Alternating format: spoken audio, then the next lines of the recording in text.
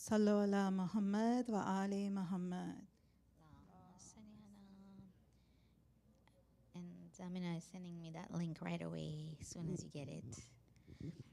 Because the actual link is very easy to use.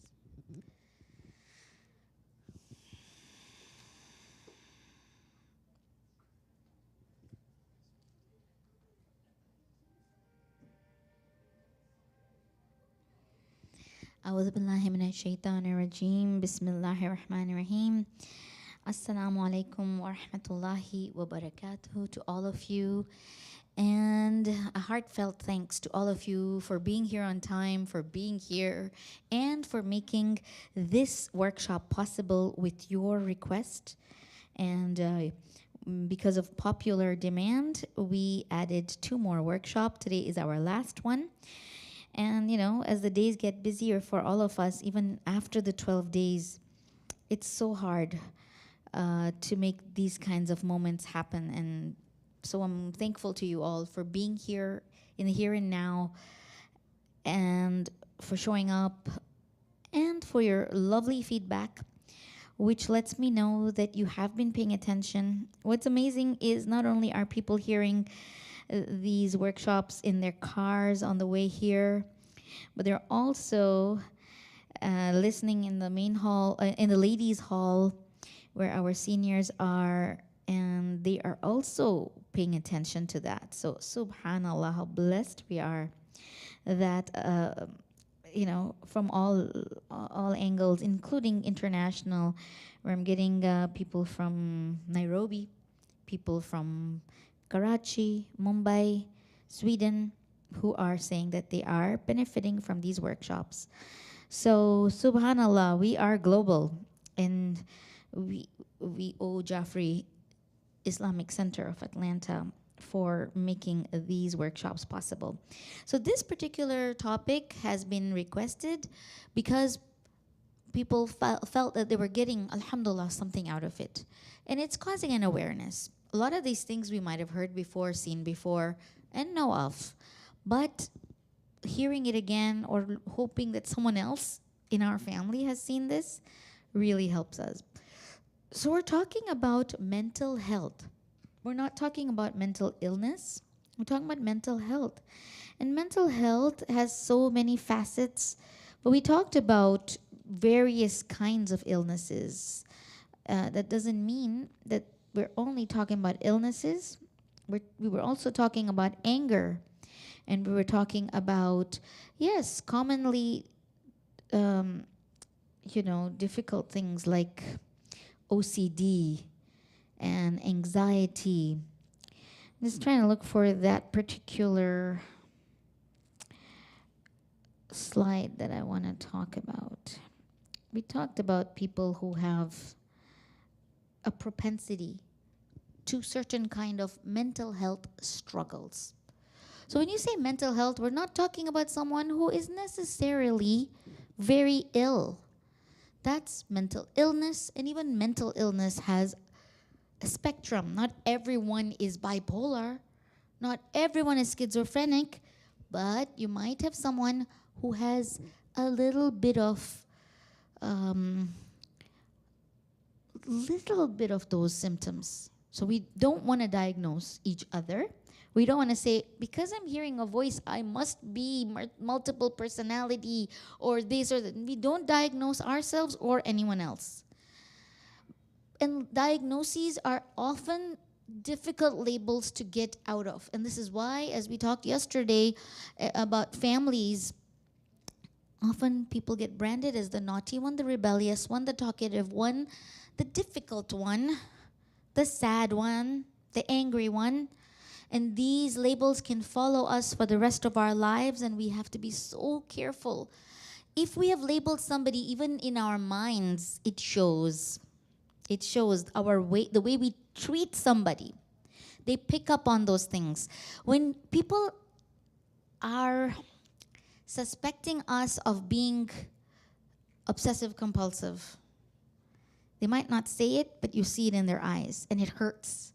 It hurts that, you know, you think I'm crazy, and we use this word crazy. It's so dangerous, right? The word crazy is not it's not the word to use. It's such a big spectrum. If you remember, I talked about how in some cultures, the word munjaro, which is like claustrophobia in English, really, is a word that's used for any kind of mental health issues. So, alhamdulillah, now we have a name for it. Now we have an understanding. And we understand some of the risk factors. And we want to know all these so that we know where to place ourselves and to understand some of our loved ones who are struggling. So some people have suffered child abuse. And then studies show people who get beaten as children beat others. Some people who are angry all the time, we're blaming them for being such an angry person. Maybe they're not getting the love they needed. Maybe they're not getting the hug. Maybe they're not getting the physical stimulation they need. This is why we need to go to the gym, get out our frustrations, whether it's punching a bag, just getting so exhausted that we just crash into bed afterwards, or take a shower and it cools us and our muscles are relaxed and we sleep. Insomnia, all these things, a lot of them can be solved with simply physical stimulation. In the pandemic, we learned how awful it was not to be able to just get out of the house to feel the fresh air, but also just walking and using our bodies. We didn't just gain weight, but we also, our hearts forgot how to pound. Our hearts forgot how to just use and circulation and whatnot. So the stressors that people are going through, we talked about some of the stressors our kids are going through. Some of them do have poor social skills. They're not able to make friends easily. They're not star athletes. They're not cheerleaders. In fact, they are being trained to hide their beauty, and everyone at school is all dressing up and doing makeup and whatnot. It's a difficult atmosphere. So social skills are lacking in some of us, which translates into mental health issues. Some of us are dealing with chronic illness, a family history of depression, pressure to be good, to be great, to be greatest. Like I mentioned, I did my bachelor's degree in psychology and sociology, and then my master's was in education, so also working with students and educators, developed curriculum, etc. But my thesis was on perfectionism, and it is absolutely a killer. Often we say to people, who told you you need to be the best? Did I say you need to be? So a lot of these are self-imposed. A lot of parents get blamed. You're asking too much of your kids. But they'll tell you, we didn't say anything. This is a kid who's knowing and feeling that they're letting people down. They feel that they're not being talked about positively. And so they impose this, I have to, I must, I should, I could have, I would have, I should have, could have, would have. All these things are killers. So the 3 types of perfectionism are self-imposed, I must be perfect. Number 2, you must be perfect. Can't get along with anybody when we expect them to be perfect. And when they let us down, or if we figure out their sin, or that they are not perfect in their own personal lives. Many of us, we can't handle preachers once we know that they are human. We can't handle our teachers because we feel that they have crashed in their personal lives. We want our role models to be so perfect, we put them on a pedestal, and then when they fall, we fall. So we have to be careful not to place anybody on a perfection's pedestal. And then, of course, society that tells you you should be. Right now, all of us are really living in that social media era that is really pushing us to please people we don't even know. Like, who are these people that are driving us crazy? So, God, we had ended at this. Allah subhanahu wa ta'ala is there. This is not the only answer, but it is one of the answers for sure. A lot of mental health illnesses cannot be just fixed because we prayed for it. Allah sends us. He sends us the solution. You've heard that famous story of the person who was, drowning, and then a helicopter came and he said, no, Allah will save me. And then a ladder came, it was sent, and he's like, no, Allah will save me. And people said, come on, take it. And he's like, no, Allah will save me. And then when he drowned, he said, Allah, what happened? And he was answered with, I sent you a helicopter, I sent you a hand, I sent you people, I sent you those, you didn't take them. There's a story of Nabi Musa alayhi salam also who did that. And there was a medicine that was given to him, and he said, but I have dua, I have God. And then Allah spoke to him because he was Musa Kalimullah. Allah talked to him. And Musa, my shifa is in those medicines. So you take it. You don't deny yourself what I have given. Because then we blame Allah. Allah didn't fix it. But beautiful surahs like Alam Nashra, which talk about that with every difficulty there's ease. With every difficulty, they give us hope.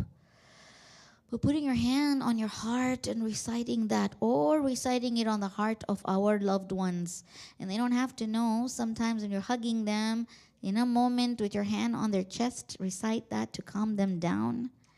Do the Nadi Ali, do the, Ya Allah, Ya Muhammad, Ya Ali, Ya Fatima, Ya Hassan, Ya Hussein, Ya Sahib az-Zaman, adrikni wala tughlikni. You can help me, oh Panjatan. So, for example, Hadith-e-Kisa, is the best for depression, by the way. Because the dua that the Prophet recites in this Hadith-e-Kisa, he says, whoever recites this story and recounts it and tells it, they will feel kullu hammin wa ghammin, all their dukh, and they will feel an ajibo garib happiness. All the load will be lifted because the angels are praying around them. So do not discount the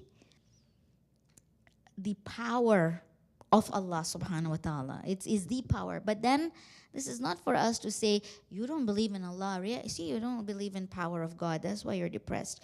Agar tu kudama manti ho to tu avite dukhi na ho. That's not fair to do that to somebody. Definitely, remembrance of God will help us, and Allah is reminding us that we can do that, and we must. But it is for our voices to be heard. People around us need to hear us. Allah is hearing us, and Allah will make others hear us, inshallah. Frustration because no one hears what I'm saying, what they want from me, and what I'm trying to say. Allah hears. Allah is listening. You can be a whisper and Allah will hear. So this has to be a motto of life. We have to let it go. We talked about this slide. We've got to give it time. Allah is working on it. Allah, when He does things, He does it so perfectly. He doesn't rush the process. We can keep asking Him, but don't be in despair because it didn't get solved right away. Ignore those voices, ignore those people, smile and stay calm. Remember that your thoughts are affecting your body. Psychosomatic illnesses. Do you know that crying releases a hormone that can be acidic, can cause perforations in the lining of the stomach? It can cause backaches, weird illnesses that you're like, I didn't even know I was stressed, because we're holding it inside. And it has to find an outlet. And so sometimes the body finds the worst outlets. So gotta control the thoughts because they control the body. Gotta control the heart because it controls the mind. Gotta control the actions because the hypothalamus here, hippocampus, it's like sending signals which are being taken by somebody, the rest of the body.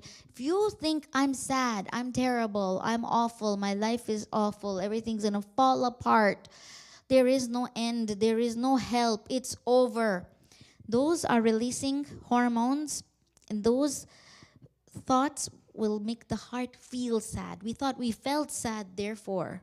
But no, often our thoughts affect our emotions. It's the other way around. And then our body, which was happy, was saying, okay, I got to get with the program. Just like a furnace and an air conditioner regulates according to the temperature of the house, the brain is the center, so the whole body tries to keep up with whatever is happening.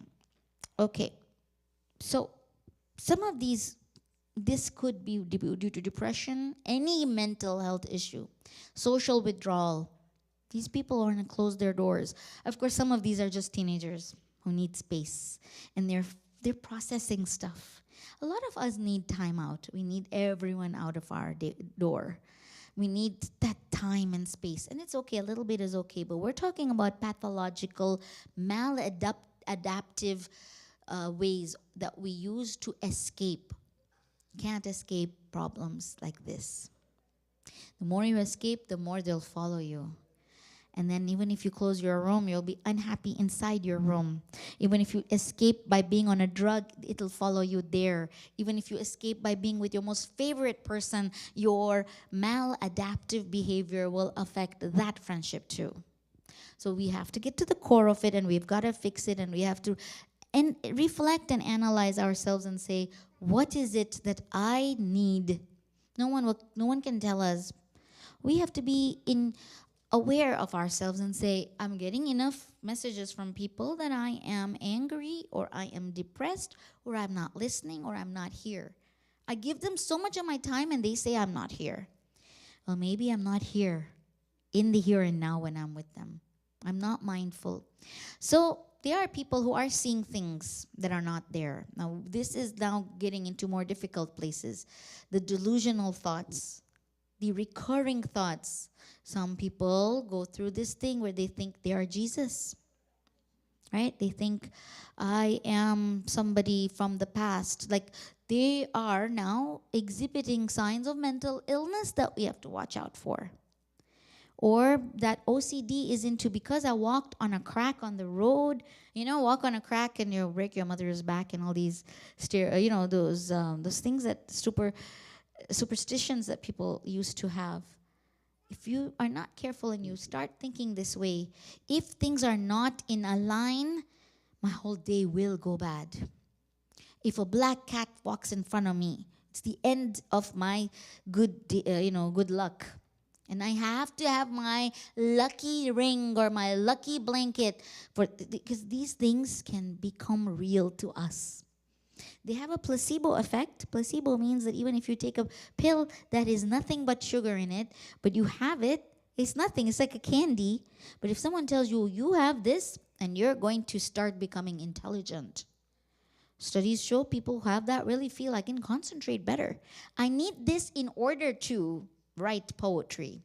And you know what happens? Those who are actually taking drugs, many of these rappers and artists who draw and stuff, they feel they need to have that drug because they're also getting that feedback from people that you must be on something.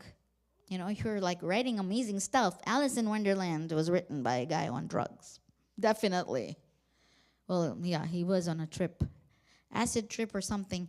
It's a weird story, right? You're like, suddenly this is happening. Suddenly there's a rabbit. Suddenly it's like, and people try to make sense of this story and they're trying to analyze it and make it into a drama and stuff. Hello, the guy was on drugs, right? So what's happening is after a while, a person on drugs thinks, I need this in order to be palatable to people. I need this in order to be creative. We don't need anything, alhamdulillah. We don't. It all can happen, all from God. But so strong feelings of anger, dramatic changes, whether it's in feeling high and low. But remember, a lot of us who are teenagers are feeling this. A lot of us who are in menopause, pre-menopause, post-menopause, postpartum are feeling this stuff because we are going through hormonal changes. Hormones are actually the cause of a lot of this fluctuation in our body. So in older children and adolescents, there is an inability to cope with problems and with daily activities, and this is so dangerous. When you find yourself falling apart, overwhelmed, sometimes we're making it up for ourselves, like it's such a big mountain. It's not that big a mountain, but we make it so big. When you start sometimes walking up a hill, and you're saying, am I really on a hill? Because it looked like a big mountain, but actually it was a hike, really. felt flat when you're on it. But when you look at it, you make it look like, how am I ever going to get up there? It's impossible. So we create these problems and make them bigger than us. Changes, excessive complaints of also physical ailments. A lot of people have developed tics and pain in the shoulder and the neck and the lower back because that's where all the stuff is getting stuck. And those who are working on the body, whether it's massage and everything, they will say that now you are creating, your adrenal glands are filling up. You're creating this body reaction. So we need to help those who are around us who are suffering and help us ourselves as well. Intense fear. Anxiety is a killer. Worrying. We call it worrying. Don't worry. And you tell somebody worries, don't worry, they're going to be really angry. Don't panic. When they're panicking, makes them panic a lot. So that's not the way to deal with it, right? There has to be a better way. But absolutely, anxiety paralyzes.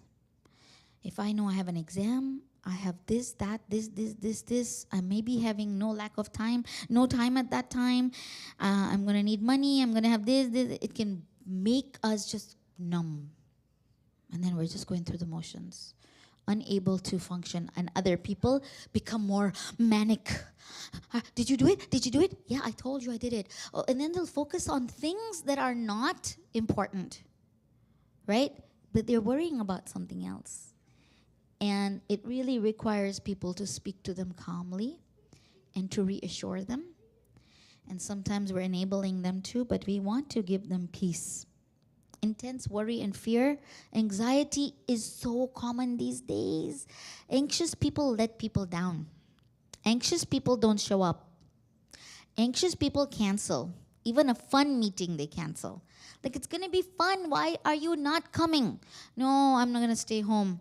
They didn't come to a nice picnic. What's wrong? I don't feel like it. Actually, it's fear of mixing with people. Fear of their emotional issue coming out. A lot of us don't call our moms because mom will hear the sadness in my voice. We avoid the people who have the ability to bring out our emotions and who see right through us. So many times we are avoided by people who are our best friends because they're going through something and they know that they're going to tell us everything, so they don't want to.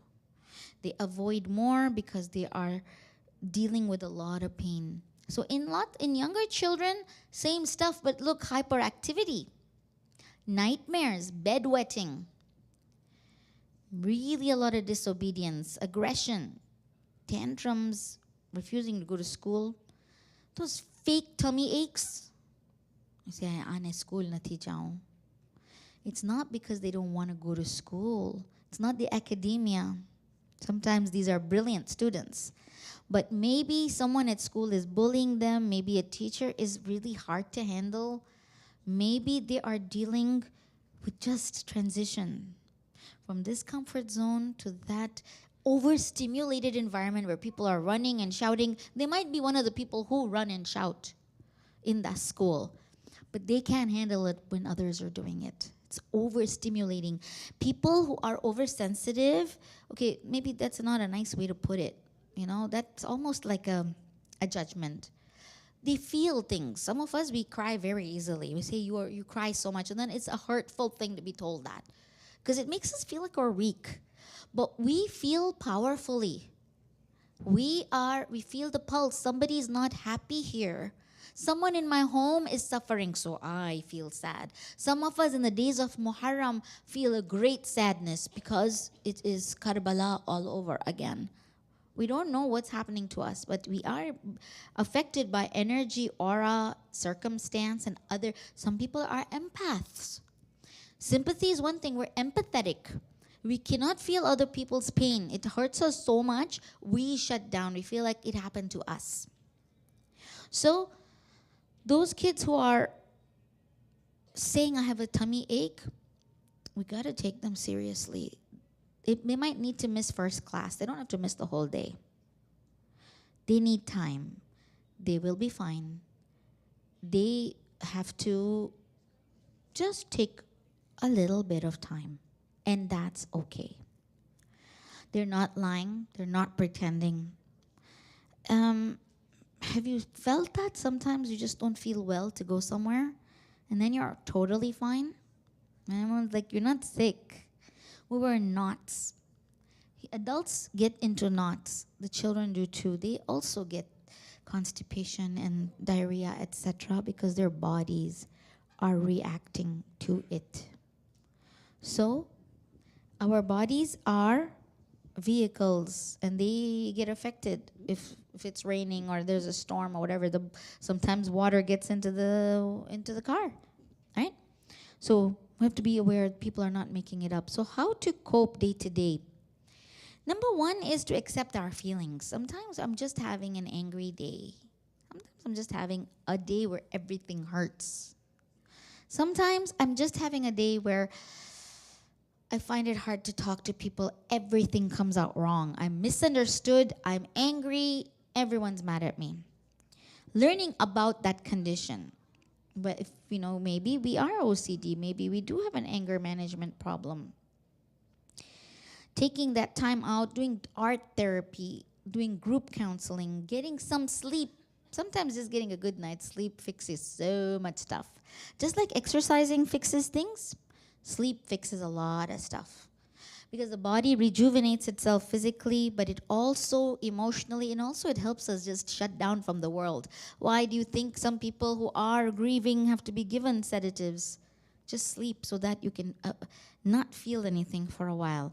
But these are short-term, acceptable ways of coping, but they cannot become our everyday Valium, sedative, lorazepam, also all those things that can sometimes become our crutches and our addictions, because then we become worse people to deal with. We're always in a drugged state. Eating well is important. Hyperglycemic, you're gonna shout at people. You're gonna be angry. Everyone's like, are you hungry? Maybe you're just hungry, right? And our imams knew that, when that man was shouting at the fourth imam and calling him names, imam said, have you eaten? Do you need a place to stay? We get this hadith in one big, thing that we think he asked him all these questions, and sometimes people get angry when we're like, who hurt you? Why are you acting like that? I'm sure Imam didn't do it all in one go, right? It's also just doing some information gathering. Are you okay? And you don't have to directly ask that, but what are you eating these days? Are you dieting? Are you exercising? Some people are exercising too much. They are in a bad mood because they're starving and they're hungry and they're exhausted physically. So praying, breathing. Why do you think people who are giving birth are told to do breathing exercises? Actually, those breathing exercises don't really do much for the body itself. They help you calm down so that you can let your muscles relax so that you can give birth. So, also taking in oxygen, because we're getting claustrophobic, panic. Oh my God, I have to get there, I have to there. So it's just going... Breathing through the nose, letting it out through the mouth.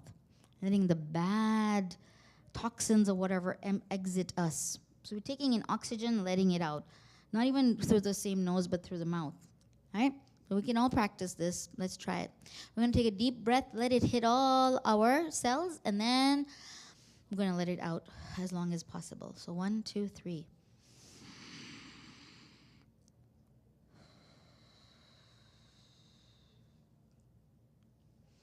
Again.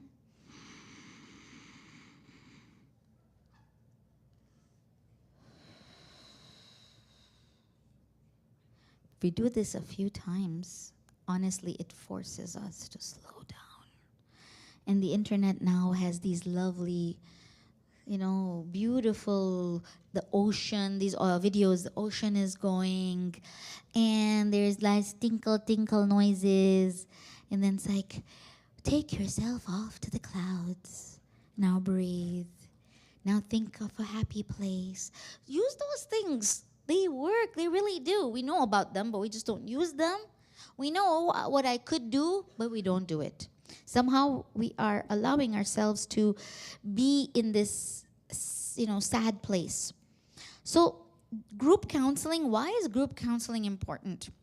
It allows us to speak and rant about our problem. Nobody wants to hear about this. But those who are like, I feel the same way. Oh my God. Yeah, I also am angry at the world right now because my son died. I'm angry at the whole world.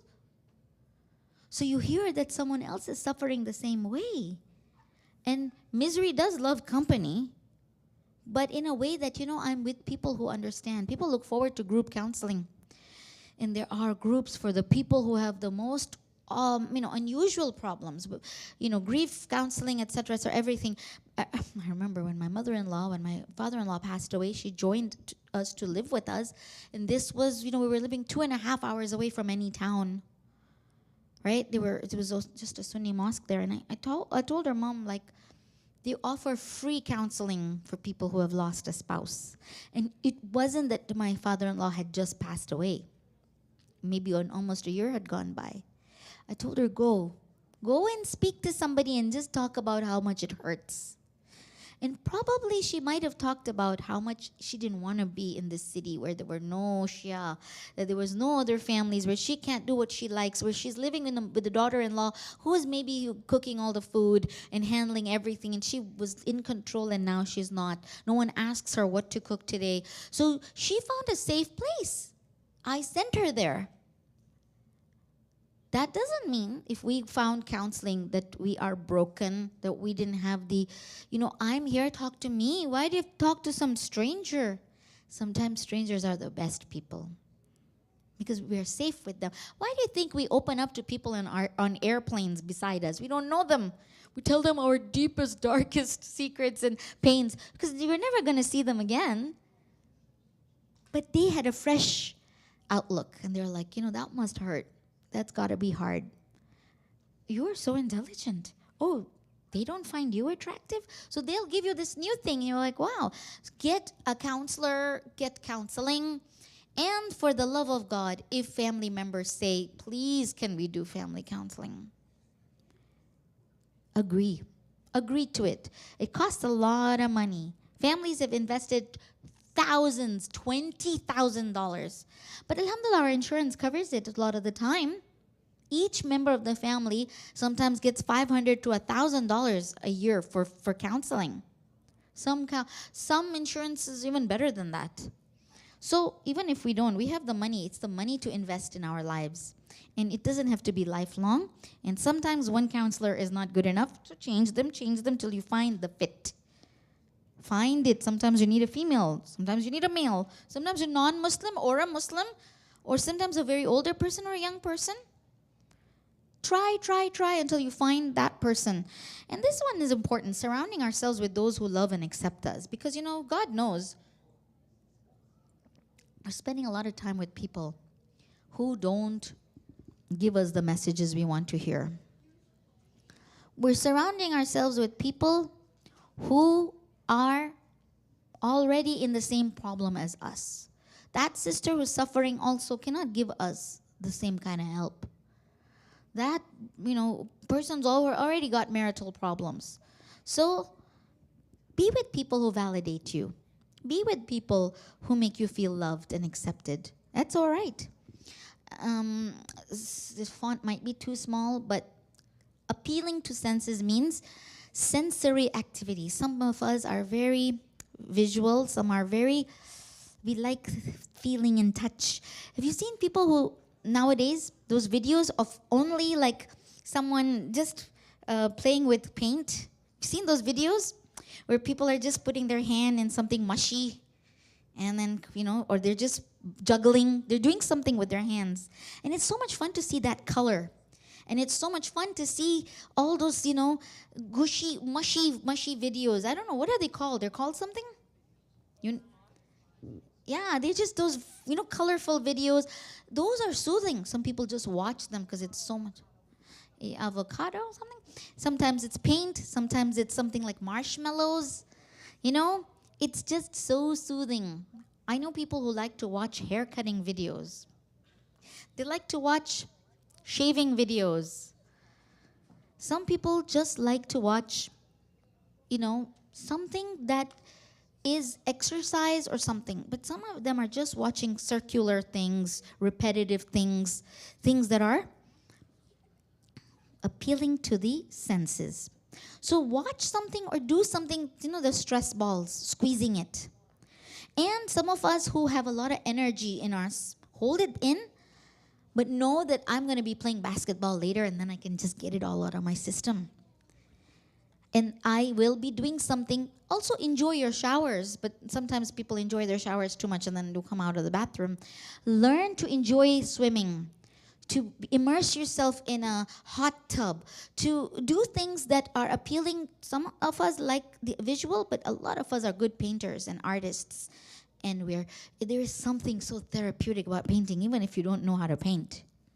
So when we learned therapy, we had to do therapy for ourselves so that we could, be able to understand. We were all given books to color in. And some of us, when we're coloring hard, and it's going through the paper, all of it is coming out, all that anger. But sometimes just coloring and being able to, stay within the lines and, learning how to shade, it distracts you. So do sensory things that will give you peace, things that give you calm, whether it's squeezing a ball, walking in nature, and just allowing yourself to let go. Finding some stuff that's got purpose and meaning. Studies show that those people who do volunteer work are the happiest in the world. They found meaning. They might find themselves worth less, but they're doing something that validates them. And the altruism that is from making other people happy, other families connect, or working with physically disabled, mentally challenged people also makes you feel thankful that I don't have this problem. When you get out of the house, you're depressed, somebody forces you to come and help in the soup kitchen, or just, we need someone to help us, and you're there and you're so sad, but you're doing it, it's keeping you so busy, it's distracting, but also you are important. You have made a difference. So do something that is, whether it's volunteering, and do a good deed a day. One good deed a day. And when there are unusual behaviors around us, there are people who are pulling hair out. There are people clumps of hair are being pulled out. These are maladaptive. Let's try to work at stopping this cutting behavior and self-inflicting pain. There has to be a positive outlet for this pain. If someone notices it, don't be offended. Don't feel judged. When they're saying, are you okay? Why is this here? This shouldn't happen. Because also remember, those people who do obsessive compulsive kind of behaviors do get peeling skin. They've used so much antibacterial soap, their bodies can't now handle and even burn all the antibacterial doesn't work on them. Body got used to it. Those people who are always biting their lip have developed big sores on it. Those people who are pulling hair are ruining their roots. People who are cutting themselves are getting scars. So when somebody is trying to stop you, establishing a support network, and if this means it's not our family members or our community members, that's okay. Anyone who will listen, anyone we can talk to and say, I'm just being too perfect and I'm driving myself crazy. I'm too angry. I'm hurting my own loved ones. My behavior is becoming pathological. It's infringing on other people's peace of mind, their ability to function. My need to be clean is making everybody hate me. As long as you can manage it, and it's very hard to manage these things because it's an uphill battle. It's always getting messy. So seeking counseling, therapy, and you'll find eventually you need your spouse in that therapy. You need your children in that therapy. Group therapy is necessary. The entire family needs to talk about the elephant in their room. And it's a safe space, a place where people can say, because a family member is now living with us and has moved in with us, I am feeling a lack of privacy, and I feel angry, I feel overwhelmed, I feel called upon, I feel displaced. And people should be able to say that and not be hated for that. Taking time out, if you're a caregiver especially, there is something called caregiver syndrome, where people are like, they're finished, they're exhausted, they're just living for somebody else, and they're doing it so happily. You think, like, she likes it, she doesn't hate doing this, but that person will often be like so resentful that all the siblings are just leaving me alone to do this. They're not asking me, should I take over? But then they're so good at doing what they are that they're like, no, I can't leave this person. Only I know how to fix this. Some of us are like this with our babysitters. We can't afford to leave our baby. The baby is going to survive for an hour. But no, this baby needs me. Baby will cry. Baby this, baby that. Hello, baby, you also are a baby that needs some help and comfort. So caregivers often feel so responsible that they feel like no one else can do what I'm doing. So please, don't do that to yourself. Caregivers need what is called respite or respite. And some insurance companies actually give this. That this is for the caregiver. This means some of us need a vacation, and you need to be out of that situation. You have to be forced out of the house. You're not going to be in this environment. Do you know, some of us enter home and immediately all that avalanche of thoughts and voices inside us that say, I shoulda, coulda, must, didn't, oh no, like all that's. So home sometimes is a place where we feel so heavy. So home is not the place to relax. And often what we are doing is we are using our bed in our bedroom to talk about troubles with our husband at night, right? The bedroom becomes a place of administrative issues. It's a place to talk about the children, the in-laws, work, money issues. So Zamina, take your phone with you and take a picture from the back. This is our last workshop. Would love to have a memory. So this is what happens, that we are not taking time out. We need time out. We need some place to just relax and to hang out and to just don't use the bedroom and the bed as a place to discuss difficult things. It's not it's a sanctuary. It's a place of just being safe and just letting it all go. Otherwise, it's a place where you find each other to fight. And then where else are we going to go? Now the bedroom is not a sanctuary. Now we have to leave town. We have to leave our beds, our homes. We have to go to Hawaii to have fun. That's the only way. No, it doesn't. We can make our home a place of, and I'm just going to end now. Types of treatment quickly. Psychotherapy, behavior therapy, psychoanalysis, cognitive therapy, family therapy, movement, art, music therapy even. Okay, and group therapy. These are all different types. You don't even just have to take drugs. There is a talking cure, but there is a different type of talking cure, which is about figuring out what's going wrong here. Sometimes it's just about letting it all go, expression of pain. So there's different types. This is the other last resort. Drugs are not the only way. It's the second stage. But often, in order for talk therapy to work, we have to take some drugs so that our mind calms down in order to hear, in order to take it. So this last one sounds really scary, electric therapy. But I actually know somebody who had to do it. I know a few people who did. And what it does is for these people who have had extreme trauma in their lives, extreme trauma, from abusive whatevers, and what it does is it literally burns certain memories in their heads. Never will they can talk about it maybe, but they cannot put themselves in that painful place anymore where talking about it makes them cry. So sometimes some people go through so much, and just, I know we are out of time. Quickly.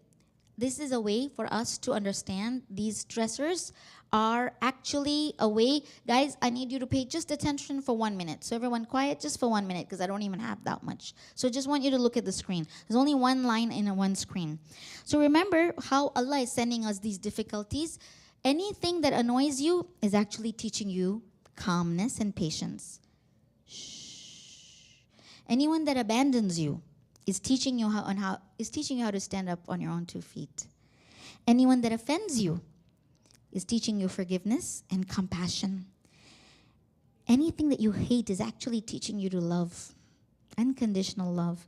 Anything you fear is teaching you to overcome your fears. There is also something called desensitization therapy, where people are afraid of certain animals or situations, who are afraid of stepping out of the house. They are taught how to overcome their fears. Anything you can't control is teaching you to let go. Any no you get from humans is teaching you to be independent. Any problem you are facing is teaching you how to get a solution to problems. Any attack you get from people is teaching you the best form of defense. Anyone who looks down on you is teaching you to look up at the Creator. So sometimes when we are feeling helpless, alone, forgotten, isolated, it's actually bringing us closer to God. Thank you so much for all your attention, for being here every single day. This was our 7th, I believe, workshop. Subhanallah. Great work, Atlanta. I'm really proud of you all. Salawat. Allahumma